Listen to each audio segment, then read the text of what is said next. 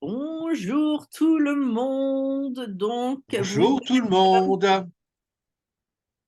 automatiquement sur mute et je vais. Oh, I'm so sorry. You're automatically on mute, and I Yes, you are. suggest that you remain on mute for the duration of the presentation. I welcome you all to today's presentation. James is going to take us on a little tour of medieval vestiges that are in and well, not in and around, but in Paris, and mainly in the Very much center of in Paris. Paris. Yes. Very much. So I welcome you all to the presentation on this very lovely day in Tucson. James, what is the weather like in Paris today? Pretty much horrendous. It's raining, it's windy, and it's cold. All right. Well, Oh, November, such a great month for Paris. Really it yeah, is. true. Not the True, best true month. that, true that.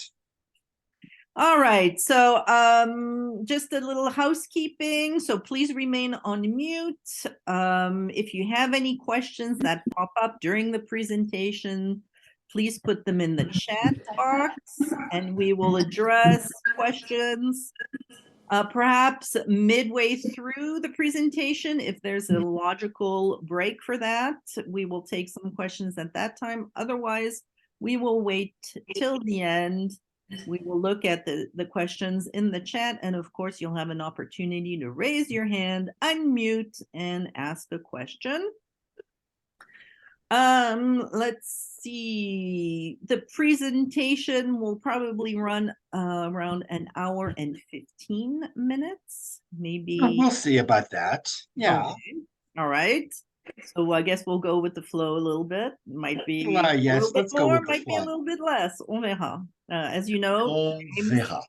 James can get quite involved in his talks. So Which is a nice way to say he can get a little too chatty, but I get I hear the feedback. I hear the feedback. no, it's all good. It's all good. It's all good. It's all good. All right, so I will then pass the torch over to James so that he can start his presentation for today. Thank you very much. Balade number 6.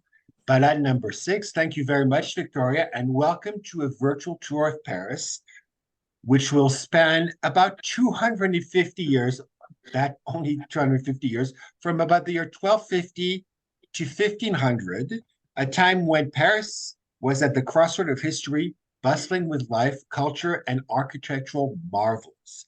As we journey through this historical landscape, we'll explore 5 fascinating monuments that really define the cityscape during these 250 eras. So, so before we're able to go into the tour itself, we need some elements of context. And first of all, why a medieval tour? Well, the simple answer is that right now, I've always been a big Middle Ages enthusiast. And right now, I'm going through like a major medieval kick. So I wanted to share that moment of interest with you and kind of blend the ballad with my current fascination and ongoing interest for the Middle Ages. So the second is let's try to figure out the context of medieval Paris. So here is a picture or map of Paris in 2023. So you have the shape and the form of Paris of modern Paris, and I've highlighted a little circle at the heart of Paris just so that that's really the area we're going to talk about. And to give you a better idea of what it looks like, this is pretty much what Paris looks like in 1250. So I think several introductory remarks can be made in order to, I guess, maybe highlight the main point I want to get across today is that really the the crux, the genesis of Paris is not something that happened in the 18th and the 19th century, it's something that happened in the 13th century. Paris was the highlight, a thriving center of commerce, culture, and religious life at in 1250. And the reality of Paris today, meaning that it's an international capital of culture, of commerce, of many things, started in 1250. And that's really what I would really like to showcase today with you is that really the pleasure we have of understanding of knowing Paris is something that started a long time ago, over nearly 800 years ago. And if you look at this picture, which is not a map were created much later in the 15 and the 1600s, you can already see some parts of Paris that are that you can see today. First of all, that it's a city that was organized around a center, and that center is the island of the Cité, which is here, which today with Notre Dame, but also with the Royal Palace. That it's organized around the River Seine, which flows from east to west, and organized around two banks, the right bank and the left bank. Uh, in one of the previous ballades, we talked a lot about this area, which was the religious and university area of the city. But here you also have the other parts, like the right bank, which is more the commercial area of the city.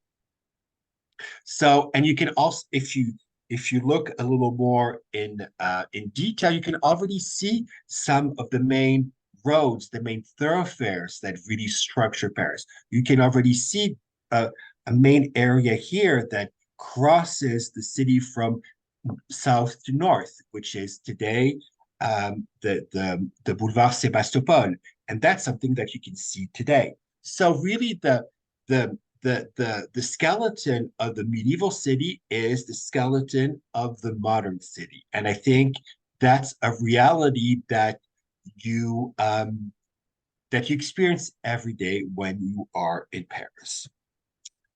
So to go further and kind of like understand the context of Paris in 1250, what should you have? What you need to have in mind first?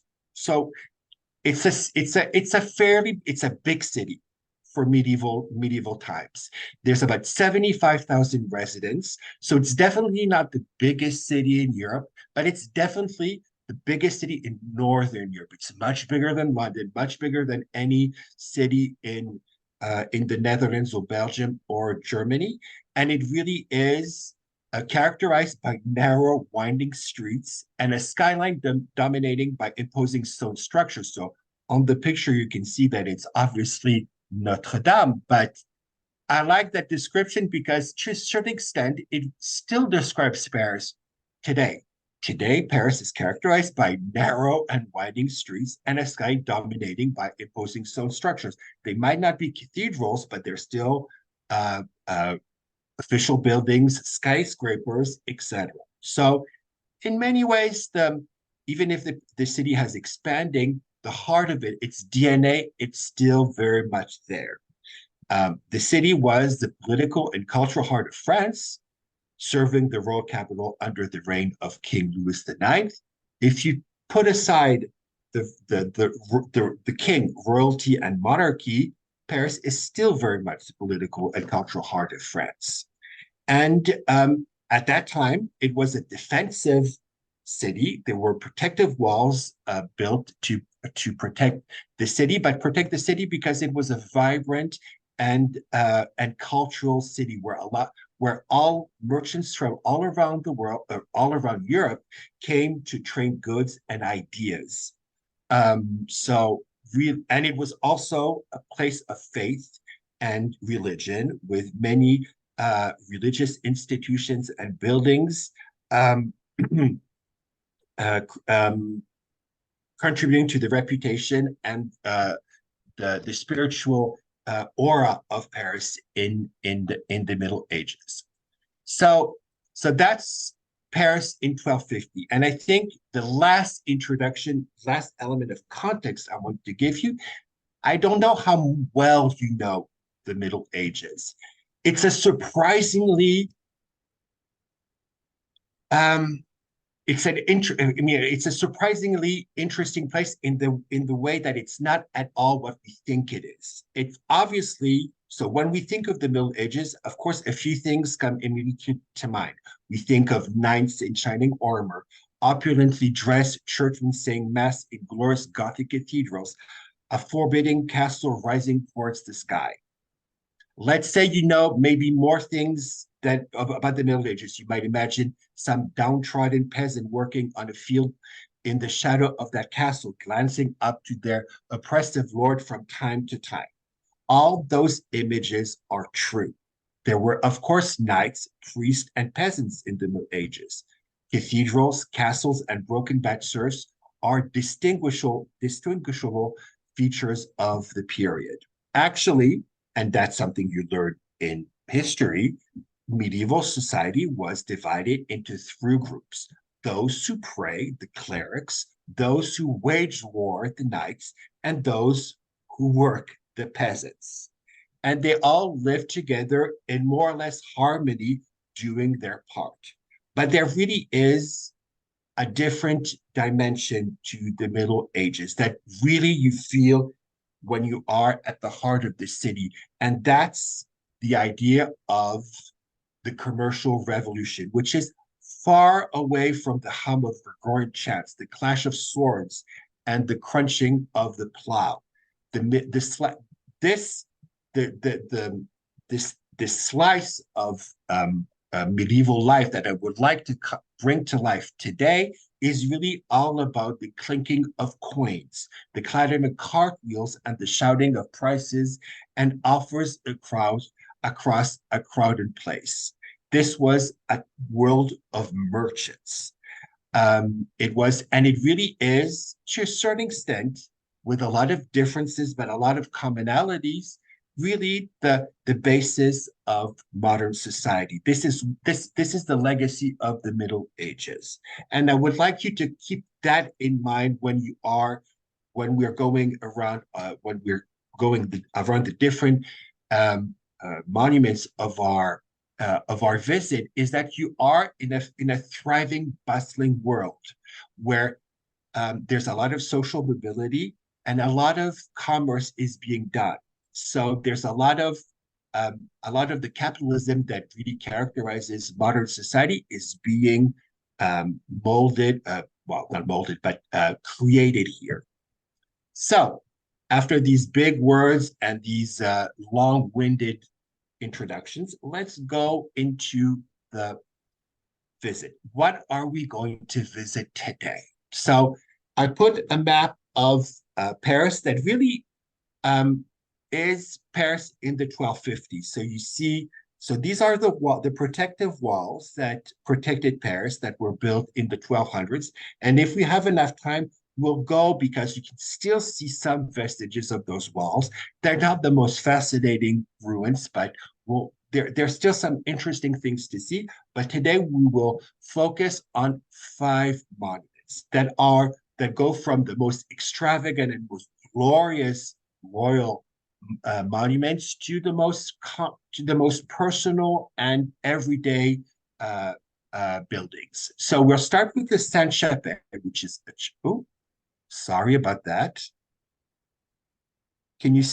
Sorry about that. Can everybody see my presentation? Yes. So yes, there's nothing okay. wrong. So we'll start with the Sainte-Chapelle, and then we will go, which is here in the middle of the Ile de la Cité, and then we will go to the Palais du Roi, which is just next to it.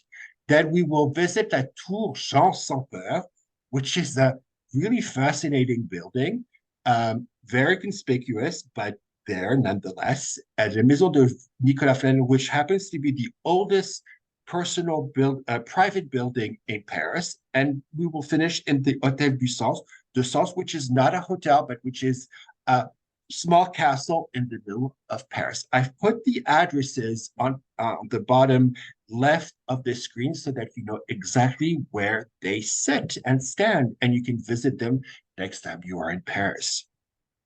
So let's start with La Sainte-Chapelle, if my computer allows me to do so. So La Sainte-Chapelle is probably one of the most famous monuments in Paris.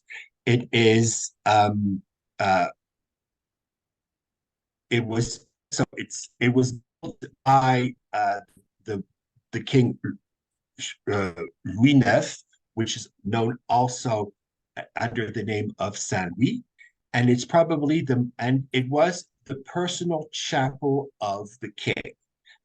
It was built between 1238 and 1248, which really puts it really in the middle of the 1250s, and really highlights the and for those who have visited it, it's difficult to describe it because it is such a glorious and incredible building that sometimes you feel that words are not enough.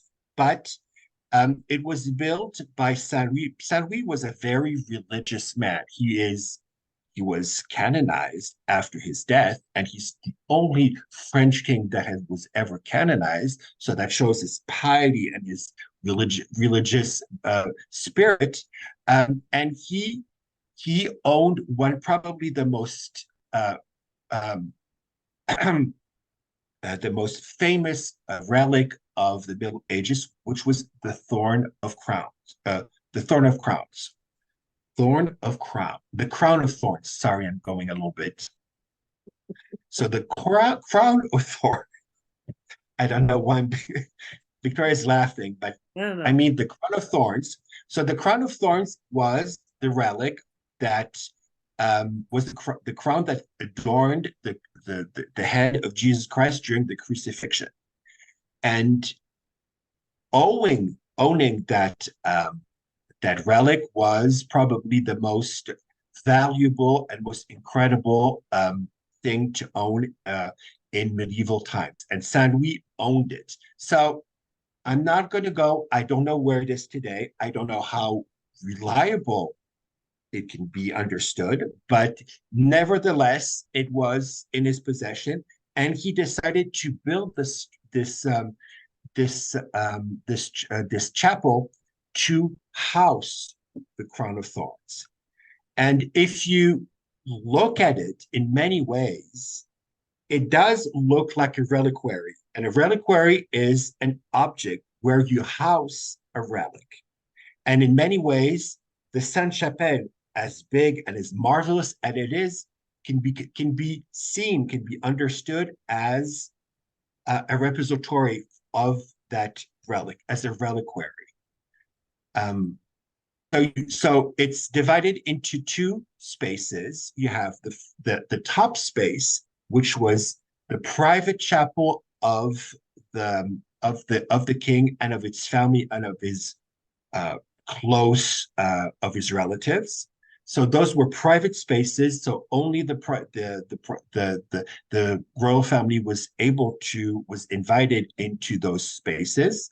You had a ground level, where non-familiars of the king were allowed and were able to follow the mass.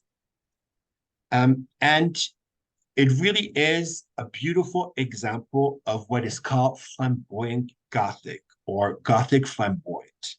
And what are the characteristics of Gothic flamboyant or flamboyant Gothic? So first of all, it's what we call elaborate tracery. So I'm going to try to show you. Tracery is the intricate and ornate tracery work of the windows. So when you have windows that have extremely delicate patterns, that is called elaborate tracery and is a symbol of Gothic flamboyant. The foliage and the organic motifs. Gothic art was very much by putting, and also Roman and Gothic art was really about putting forth the nature and organic motifs. So you'll see a lot of leaves, a lot of plants represented in Gothic architecture. The rib vaults. So these are fairly classic, but when you go here, you have this extremely elaborate with these several arches combining into one rib vault, and that's very characteristic of the Gothic flamboyant. Of course, the stained glasses, and that's probably the most prominent feature of the Sainte-Chapelle. It's these incredible stained glasses that seem to can constitute the whole building. You don't see any stone structure. You only see glass stained glasses and glass structures. The sculptural details, there's a lot of elaborate details here and there, and I'll show you a few of them in a few seconds. And of course, the emphasis on verticality. Here, everything is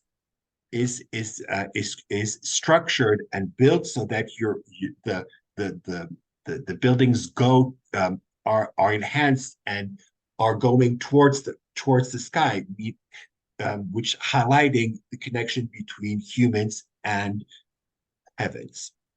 So more details on stained glasses, and really these poor pictures don't even manage to showcase how glorious the stained glass is at the Sainte-Chapelle. Here again, that's the first floor, and I think that you can see a lot of the details that show, and also, and I didn't list it here, but there's also like the chromatic contrast between the gold and the blue. Here you have the fleur-de-lis and on the blue background, which was the royal symbol of the Capetians. So, which showcased that this was definitely the royal chapel. And you see the building from the outside, which really shows how how elongated, how enhancing, how it's peaking towards the top. It seems to be like an extremely small structure, but that goes really far up. The verticality of the building is quite striking. Everything is geared towards the heavens, and that is quite remarkable. So, and Saint-Louis. So I don't know if you know, and I'm not going to bombard you with historical information, because that's really not the purpose of this balade. But you need to know that Saint-Louis is probably the most famous French king. He was an extreme pious. He reigned for a long time, from like about 1230 to 1270. He did several crusades, and he was canonized, I think, 5 years after his death, which shows how pious and how revered the man was. And he was really a man who really promoted tolerance and justice in a time where tolerance and justice were not always everybody's motto. And he really was a prominent supporter of impartial justice. And he really, I think, was able to also enhance the visibility of the French monarchy and really put Paris as the center of European cultural life. And to this day, I think we all know a place called St. Louis. You have St. Louis in the United States. You have the Saint Louis in Paris. I think there's a Quartier Saint Louis in Montreal. St. Louis, and if you go to Saint Louis, all of these Saint Louis or Saint Louis come from Saint Louis. He was such a prominent figure in medieval time, but to this day, I remember when I was in school in France, we still talked a lot about Saint Louis, and he is still today this mythical figure of the perfect ruler, somebody who can be tough but also extremely charitable, and he is the perfect. He captures or encapsulates perfectly this idea of the Christian ruler. So, an important part of French culture, this Saint Louis. And so, second stop or second monument we're going to visit is le Palais de la Cité. So you might look at this and you say, like, I know this building and I've never heard about it being called le Palais de la Cité. It's true because today this place, and this place is called La Conciergerie. And that's how French people, Parisians called this building. But it was at the time of Saint Louis, it was the royal palace. And it was so Saint Philip IV, who was Saint Louis' grandson, created the towered facade on the Seine River side and the Great Hall. So we all know this facade, and that was where the king and the royal family lived until they moved to the Louvre later on the 14th century, the 13th, 15th century. Um, um, so why is it called today La Conciergerie? It was of course the royal palace, but in the Middle Ages, one of the king's main functions was to give justice, to I don't can we to grant justice or offer justice. I mean, the Middle Ages were many things, but they were very fractious times where a lot of people were disagreed about many different things. And the role of the king, his main function was to I can't find the verb, to give justice, to offer his judgment on situations. And all of those things happened in the royal palace. And in many ways, the way we view justice and we view the law is still very much based on the way it was done in the Middle Ages. We have a space where law is given. We have an authority that gives justice. Today, it's the state, but before it was the king. And the royal palace was very much the place where that happened. And because it was a place where the king gave justice, it also became the area where all of the state administration was centered, and this idea that it was the custodian of the state, the custodian of justice. This idea came into is the reason why today it became known as the conciergerie. And concierge initially is a custodian, somebody who's in charge of something. And that's where the actual name of the royal palace comes from, the conciergerie. We call it today the conciergerie. So when the royal family left the royal palace to move into the Louvre at the end of the 15th century, the conciergerie continued being a center of justice, a palace of justice, but it also became a prison. And you probably know the conciergerie more because for its history as a prison, because I don't know if you know anything about the French Revolution, but that's where Louis XVI and Marie Antoinette and all of the royal children were held prisoner.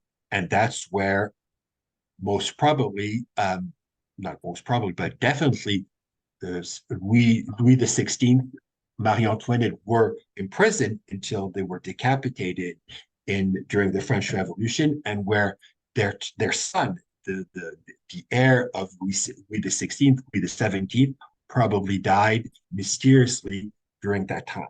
So, although it still is it's still the symbol of royal authority of the Middle Ages. Most Parisians view the Conciergerie as that dark and dank prison where the royal family died. So, so here's a representation of the royal palace during the Middle Ages. You can see the peasants working, laboring on the top right hand of the picture, but still it shows that it's and you have the Sainte Chapelle at the heart of it, which shows that it was, you know, a symbol of royal power and royal strength, and what it is today, a fairly it's a strange building, and here it's a little bit of I'm speaking off script here. It's a strange building because it's such a prominent, visible building, and yet not a lot of people know what it is because it's a prison. It's still part of the of the just like a lot of judicial decisions are still made there, decided there. So it's still a slightly mysterious with a building with a slightly negative reputation. It's beautiful, but nobody knows really what's going on there. So one of the things to visit is those vaulted halls, and those are the halls of justice. And the way it happened, because at the time, and at the time of the 1250s, the king gave justice, handed down justice, decided. You waited for your royal, your royal, I guess your court appeal or whatever. I don't know how you called it, but your royal discussion at that time in these vaulted halls. And to this day, it's still very much how places of law, like courts, and whether in the United States or in France, are organized. There are places where you go where justice is done, and there are a lot of places. There's long, big halls where you wait and until your court it's your time to go into court, or you wait for decisions to be made. So that's it's interesting in that way that that those fundamental ways of living justice and living law were decided in the 1250s. So you can still visit them, and they are fairly impressive in the way they were renovated in the 1950s and how they really have this majestic, solemn power that really shows that this was a place where the king lived and royal royal decisions were made. I think it's also the only thing to visit. I mean, I think it's still very much a building where there's a lot of things going on, and this is the area where if you want to visit, that's where you can go. And I guess, that's the Sainte Chapelle. Those are so we're living, of course, with AI and a lot of computer stuff. There's a lot of reconstitutions. There are a lot of um, films and software that allows you to, you know, explore medieval Paris as it was at that time. And I think those are some pictures I captured online to show you how it is. And I have to say, in many ways, things are not that different. I mean, of course, the buildings are a little more modern, but the fact that in the background, um, Notre Dame and the Sainte Chapelle still tower over all the other buildings is still a reality in modern Paris. So we're going to go to La Tour Saint-Jean. So we're going to go up here. So this is probably an easier map to see. So you can still see that this is a main thoroughfare in Paris. It's probably not called what it was then, but now it's the Boulevard Sébastopol. And here you have this Rue Saint-Denis. Those are two thoroughfares that still exist. The Rue Saint-Denis is still very much a prominent street in Paris. So just to show that even if the more things change, the more things are the same. And really, there is an architecture, skeleton, basic skeleton that remains the same from 1250 to 2023, which is in many ways incredible to think about. So, La Tour Jean Sans Peur. So, all things, to be perfectly honest, this is the real reason why I decided to do this. As I told you, I'm a big enthusiast of medieval history, and one of my favorite topics is the Burgundian dukes. If you know anything about the Hundred Years' War, all the chaos that occurred, that was happening in France between 1350 and 1450, the war against England, etc., you know about the Burgundian dukes. There are these extremely powerful, this extremely powerful family that really tried to do many different things. And it's not the space to tell you what they tried to do, but they were extremely powerful, extremely prominent, and they had this this house called the House of Burgundy in Paris, and the Tour Saint Jean is the last remnant of that house. And I did not know about it until about 3 months ago, and I was just flabbergasted when I realized that this tower, which is Rue Etienne Marcel, which is a neighborhood I know fairly well because you were all there when I did the presentation of Montorgueil. At the time I did the Montorgueil presentation, I did not know that the Tour Saint Jacques was there, and it just kind of like this is incredible. This building was built in 1400, and now it's part of a school. So and I find that so fascinating that something that was such a prominent building in the Middle Ages is still part of our lives today and is fairly it's I mean you can't miss it, but at the same time I didn't know about it, so it was obviously not that prominent. It's just a mixture of many different levels that really showed me that medieval times are a really an important part of Paris life today. And that's the reason why I wanted to make this presentation. So the Tour Jean Sans Peur is the last vestige of the House of Bourgogne, which was the residence of the Counts of Artois and then the Dukes of Burgundy. It contained the bedchambers and the great stairway of the original residence, which stood next to it. It was completed between 1409 and 1411 by Jean Sans Peur. So the House of Burgundy was basically all of this. So if you remember our presentation on Le Quartier Montorgueil, which was maybe 6 months ago, yeah, maybe something like that. Vraiment, the Rue Montorgueil was just probably just there. Oh, this long street there.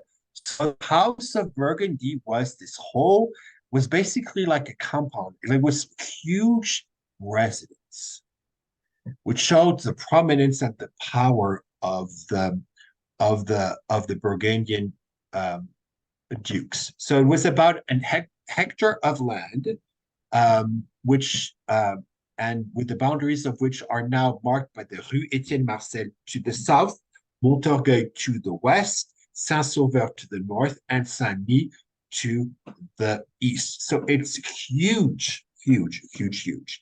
The tower itself is located 20 Rue Etienne Marcel in the courtyard of an elementary school, which shows how it's fascinating how things change. And it's one of the best surviving examples of medieval residential architecture, and the tower is open to public and present changing expositions on the life of the Middle Ages. So it's a very I mean, I guess it's interesting to see how prominent it was a building in the Middle Ages and how it's part of the urban landscape in 2023. But still, we shouldn't forget the how interesting it is, a vestige of the Middle Ages. So here you have, so I'm not 100% sure this is from the tower, but when I did my research, that's what came up. So this is obviously Gargoyle that shows that it really was a building that was meant to create fear and intimidate its rivals. And this is a picture showing the whole thing being destroyed and the tower uh, uh, being kept as it is. I don't know why that tower was saved and the rest was destroyed. Those are the oddities of history. Why some things survive and other things don't. It probably was part of something else and it was kept.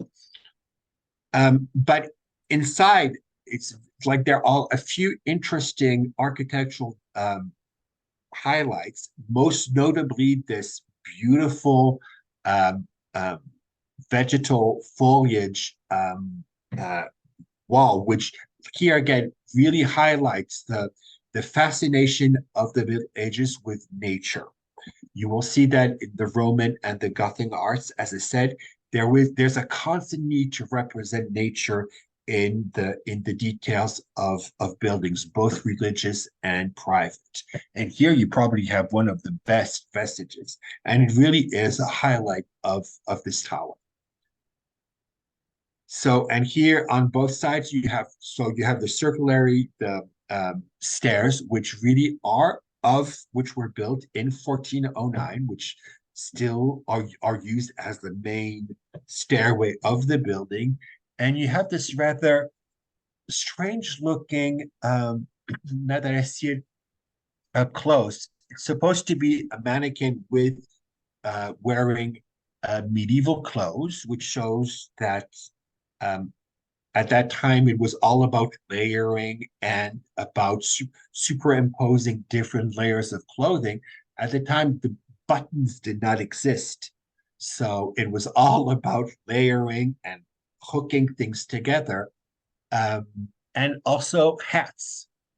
But it shows really like the wealth because you have extremely expensive fabrics, velour, which shows how rich and powerful the Dukes of Burgundy were. Oh, so I could not resist showing you this incredible picture of a man called Jean Sans Peur. So he is the man that um, built the tower. So his name is John the Fearless, Jean Sans Peur. So he was the Duke of Burgundy between 1407 and 1419. And I just love his picture because he looks like the really kind of like a quite a, I don't know how to describe it, but he looks like quite a character, just to say, like a wily character. He was known, he played, again, I'm not going to go into the details of the Hundred Years' War. And if you're interested in in all of that, really, it's a fascinating time. And he is a fascinating character, an extremely violent and at the same time very crafty and very um, untrustworthy character, but he definitely is a highlight of that whole time. And he built the tower. He was also the main reason why France erupted in civil war in 1411 because of all of his exactions. So, but he's an interesting character, and I definitely recommend if you're interested in learning a good story about French history, learn about the Burgundian dukes. There are a fascinating bunch of people. Um, so now, completely different. Let's go to the Maison of Nicolas Flamel. So the Maison of Nicolas Flamel is just right next to the Tower of of Jean Sans Peur. Is the oldest private building in Paris. It was built actually exactly at the same time, or slightly before the Tower of Jean Sans Peur. And it's so Nicolas Flamel was a very prominent Parisian bourgeois. He was, as I said, he was he as I taught, as I in the introduction, I said there was a lot of commerce, a lot of trade in Paris, and he was one of the most prominent figures in that international trade. And he commissioned this building to be for to commemorate the death of his wife Pernelle in 1397. His wife died of the plague in 1397. You know that the Black Death occurred in Europe, all around Europe in 13 between 1347 and 1353, and the most the most optimistic numbers say that it wiped out about a third of the European population, and Paris it probably wiped out a half of it. And after that, it came back in increments of 12 years. So every 12 years, you had a bout of plague coming back. And Pernelle, unfortunately, died in 1397. And in order to commemorate her life and her spirit, he built this house to accommodate the homeless, which was something that people of power and people of wealth did a lot. As I said, it was a time of faith where this idea that one had to do good things, good deeds in order to go to heaven was very prominent, and Nicolas Flamel did that. So it was never, he never lived in the building, and it was never really meant to be a building where people of his status lived. It was completed in 1407, the same time as the tower, and and to be fair, I don't know what it was until, so I guess it was a place to accommodate homeless until it became a private home. And today it is a restaurant, an auberge, which is the equivalent of an inn in English. So it's an interesting, so it's the oldest building in Paris. It has been completely renovated. So it's the oldest in structure, but a lot of it has been renovated, obviously, because you need to update. But what really is still it's still from the 15th century are the doors. The doors are still typical of the 15th century, and adorning the top of the doors, there is a frieze that says, so it's in Middle French, but here it is what it says: "We, men and women, workers living in the porches of this house that was made in the year of grace 1407, are each of us required by law to say every day one Our Father and one Hail Mary while praying to God that his grace brings forgiveness to the poor deceased sinners. Amen." I think that's a wonderful, and it's written on the top hand side of the doors. And I think it's a wonderful script that shows many different things like the piety, the charitable spirit of people at that time, how important it was to pray, and how everything that happened on earth was, was organized so that it impacted one's the heavens, and it shows really the connection between the concrete world and the spiritual world. And I think even in a private home, which was probably at the time fairly common and not that interesting, is just the fact that today it is the oldest vestige of medieval times in Paris that it's interesting. But probably at the time it was just a building like any other, and still it really showed it showed a willing, like a need and a strong faith and a connection to the heavens. So, of course, today being a lot more in a more pragmatic times, it has become. So you have details here. So obviously, even if it's been renovated it's still a fairly old building. And so you have this inscription which says to preserve the memory of the foundation of this of la fondation charitaire of this foundation of this charitable foundation.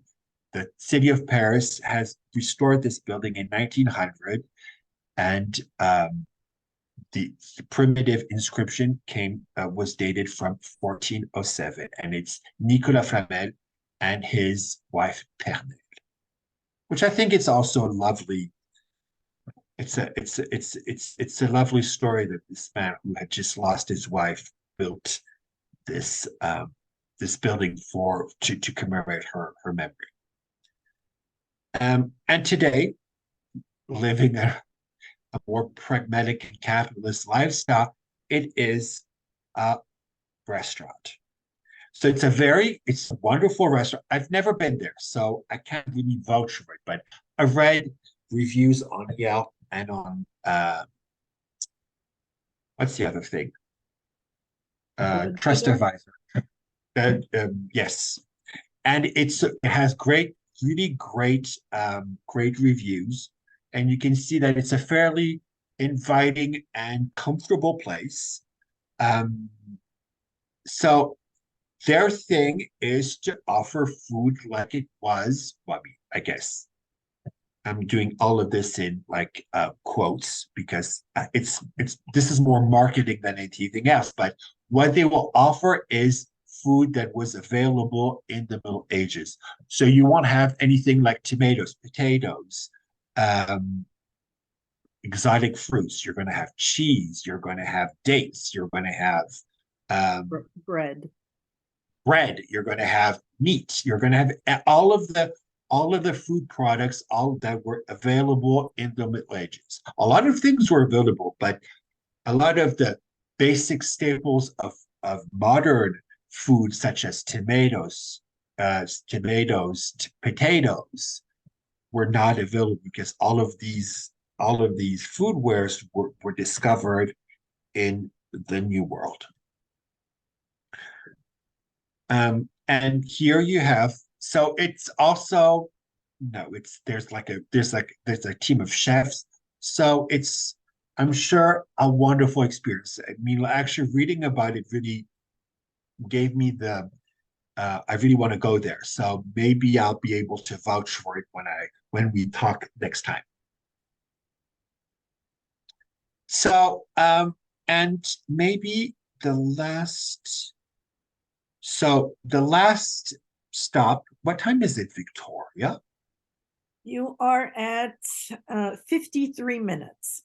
Okay, so perfect because it's the end.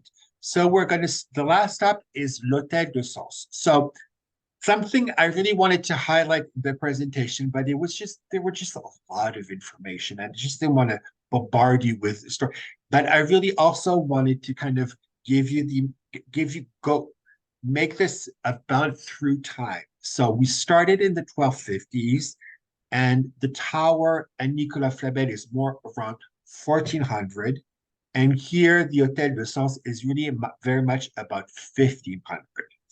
And what you'll see here, so l'Hôtel de Sens was the residence of the archbishops of Sens. And the construction occurred between 1475 and 1519, so around 1500. And it was a clerical residence where a lot of prelates, as you call them in history, in historical terms. But if you know anything about French history, like the most famous resident was Marguerite de Valois, or commonly known as the Reine Margot, who was one of the very famous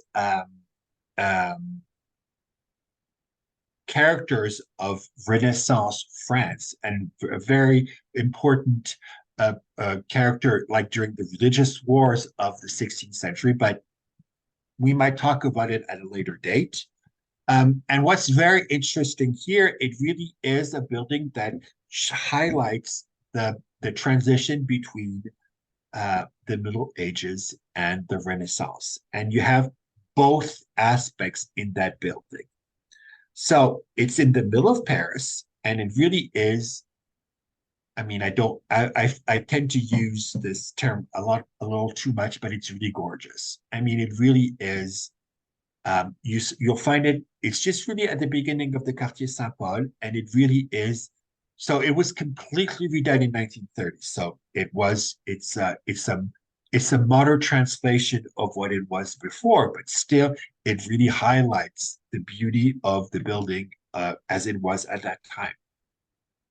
So there's an inside courtyard where you can see that it really showcases both the Renaissance, typical Renaissance architectural um, designs, and very Gothic international Gothic designs. So if you take, for instance, these, and I think I have a smaller here. Oh, it's not a great picture, but bear with me. So if you see these, if you take these windows, the very square windows are typical of the Renaissance with these like four panel windows, like the two bottom ones are bigger and the two upper ones are smaller.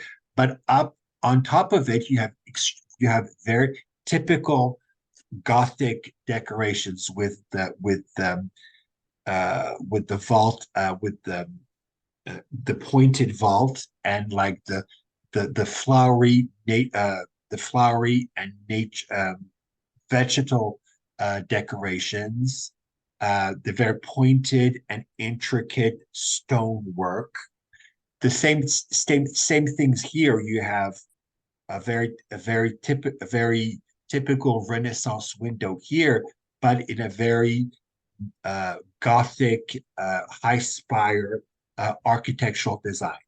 So, and that really is the beginning of the Renaissance in France, and which leads some person to say, a lot of people to say that this is, if you've ever visited the Château de la Loire, most notably Chambord, the Château de Blois, the Château d'Azay-le-Rideau, you have that permanent mix between very medieval details and overall Renaissance structure. It's like in Paris, you had a Chateau of the Loire within Paris. And it gives it like nearly like a typical fairy tale design. You have the feeling that, the Beauty and the Beast are going to come out of this building. Here you have like the gardens themselves are, which you can visit. This is an open garden that's open for visit.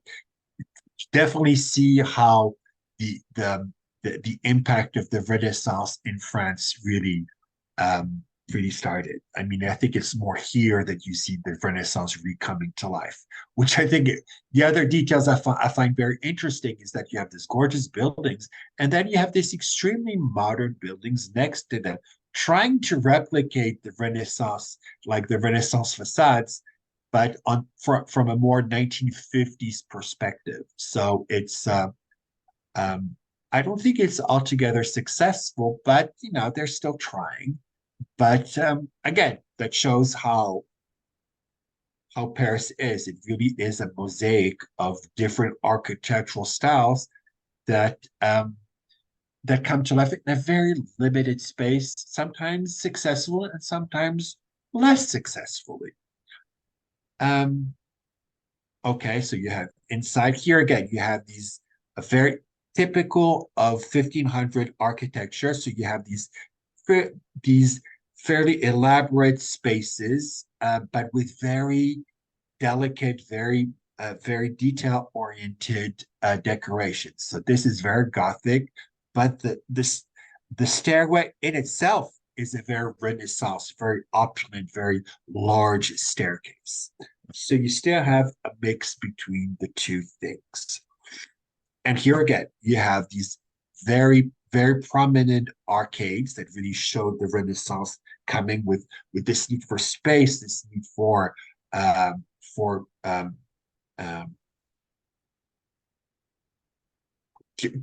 communication between different spaces and a more social a stronger social need for buildings, but with very detailed and fine Gothic decorations, based on vegetation, on nature, on ornamentation. So you have those two, which I think is very attractive. And that's the reason why I wanted to show that to you today. I mean, I think, and it's really today in Paris, it's the only building where you will see such strong combination between the two, between Middle Ages and Renaissance. And it's also a library. So if you are a student or if you are a researcher, you can go there. And that's that. And it's 7 o'clock. And I just wanted to show one last thing. So on this map, you see that there are walls protecting the whole city. Those are the walls of Philippe Auguste. Philippe Auguste was with Saint Louis was the big, like one of the other very prominent French rulers. He was, if I remember my French history, he was Saint Louis' grandfather. So he was like in 1200s, and he built these protective walls. So unfortunately, and if you remember when we were going through the fifth arrondissement, we saw the Mosquée de Paris, we saw um, the Panthéon. We saw many different buildings, and at one point, I pointed it out that this was a vestige of the Philippe Auguste walls, which were these protective walls that were erected around 1200 to protect Paris. At the time, Philippe Auguste was very much in war against a band called John Landless. If you know John Landless, if you know anything about English history, Robin Hood. Robin Hood was fighting against John the Landless, and John the Landless was the main enemy of Philippe Auguste. And Philippe Auguste basically stole all of the French possessions of John the Landless, and that's the reason why he was called John the Landless, because Philippe Auguste stole all of his lands in France. So all that to say that you have today these vestiges of walls, so they're not very easy to see because they are so incorporated. There's enmeshed in like the more modern Parisian architecture, but basically these are the walls that surrounded, that enclosed all of Paris in the 1200s, 1250. You have them here, probably a little more. So these are the walls. Those are buildings that were built on top of the walls. And this is I don't remember what the name of that church is, but it's on Rue Saint-Antoine. And you have the same here, which is probably at a different time. And all of this is in the fourth arrondissement. I didn't put the address because there are many different places and they come in many shapes and forms. So you have here like the walls, but they were surrounding, like connecting all of the walls. There were 77 towers. And one of the towers is this vestige. So a lot of them were incorporated directly into new architecture. So they were turned into here, obviously, I think here this is like an old chapel. Some of them were turned into buildings. So it's interesting to see how some vestiges become part of the new city, and to the point where you really have to be told that this is where a tower was because you wouldn't be able to see it. So that's that, my friends. Very nice. I hope. Go ahead. Okay, no. I see we have questions. Yes, so there's an early question from Roseanne. How does the medieval city relate to the Roman areas that we saw in a previous Balade? That's a good question. I think it's more a question of layers. I think you have at the first you have the Roman layer, which is in Paris has completely disappeared, except for those that theater that we saw in the previous, which because it was such a prominent building was difficult to to build on top of. Then you have the medieval the medieval city, which, as you see with the walls, can also completely disappear. But they were probably bigger, probably stronger, and probably because it's more modern, they're more visible. So it's more a question of so. I don't think the Middle Ages were particularly. It's not a time when Roman vestiges were understood or particularly. I would say I don't think they didn't respect it, but I don't think they really understood what they had, what they were seeing, and I think by that time a lot of it had already disappeared. So I don't think there was anything to preserve except for those that amphitheater that we saw in the previous. So think about it in terms of layer, and you can see with the walls, things are built on top. It's a question of sediment. Like history is a question of things being built on top of other things. Sure. Well, on the map, though, would it be within this area, within the circle? Like the Roman amphitheater? Yeah, because it was the previous incarnation of Paris was called Vitesse, and it was on the island. That's where it was. So probably was there, but it probably has completely disappeared because of the buildings and the passing of time. But in terms of geography, it's exactly the same. Cities build horizontally; they don't build next to each other. They build on top of each other because cities happen in certain places because that's where they're supposed to happen, because those are areas of crossroads of culture, of exchange, of with rivers, and they just make sense. All cities always exist because they make sense, and that's why people build on top of them, not not next to them. Okay, we have a question from Doug. Are there still, going back to the conciergerie, are there still prison cells on the lower level of the conciergerie, and are they still being used today? No. I think I'm 99% sure that no, you don't have any. It's still the whole building is still connected to the halls of justice, but no, it's not a prison anymore, and it hasn't been for a long time. Okay. Karine would like to know the cross streets of l'Hôtel de Sens. Oh, I have no idea. I will it's very much I think the main you get there by Rue de Fleurus. Let me just can I write on those?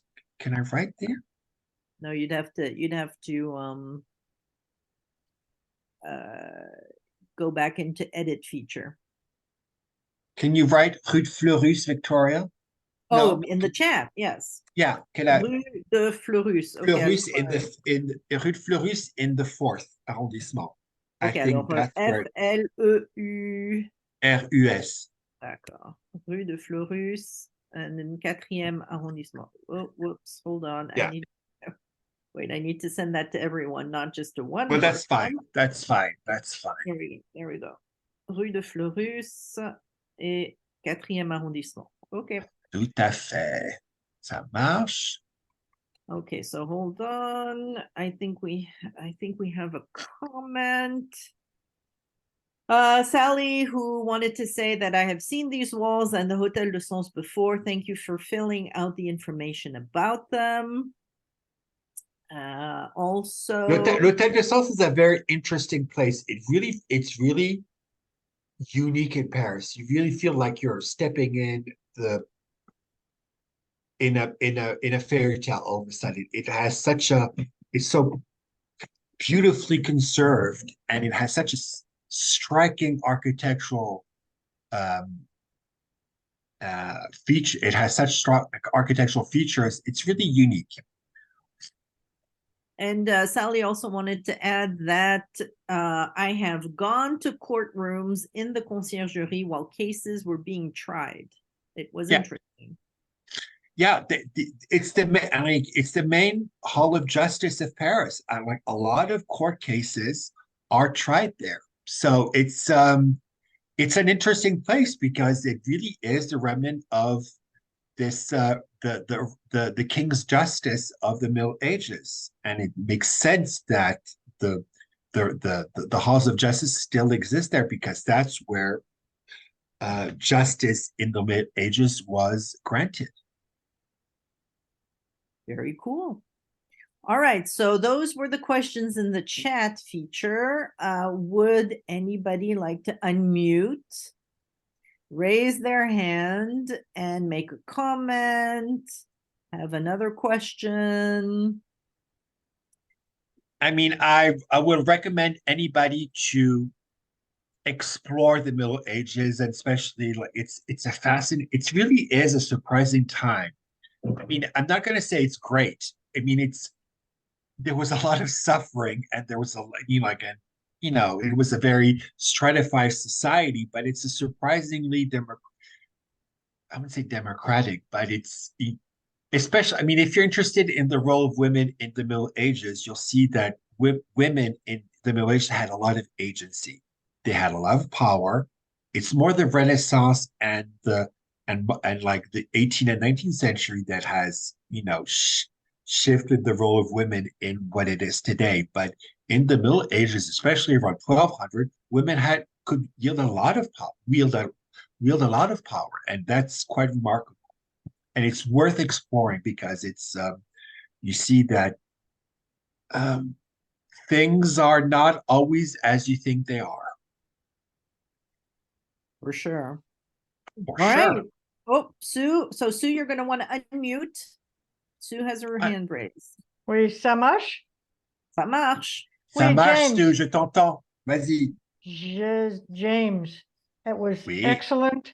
It was Thank so you. well organized and thank you. logical, and Thank you. I love learning all of this stuff. Oh, thank you so much. I'm Thank sure It's- you spent a lot of time organizing this, and it was well worth it. I understood it. Thank you. Oh, thank you. Thank you. Well, the challenge was not making it turning into like a huge history class, because believe Right. me, it was a possibility, because that's how I work. But it was kind of reining in that tendency and making it more, more organic and really still as a balade. And Yes. it was very interesting. And Paris, in terms of medieval times, is a fascinating place. I mean, it It- really is an interesting city. It was Really. perfect for 1 hour. It was perfect Ah. for 1 hour. Oh, Yokatane. Good. Thank you so much. Mhm. James springing in a little Japanese there. Hi, arigatou gozaimasu.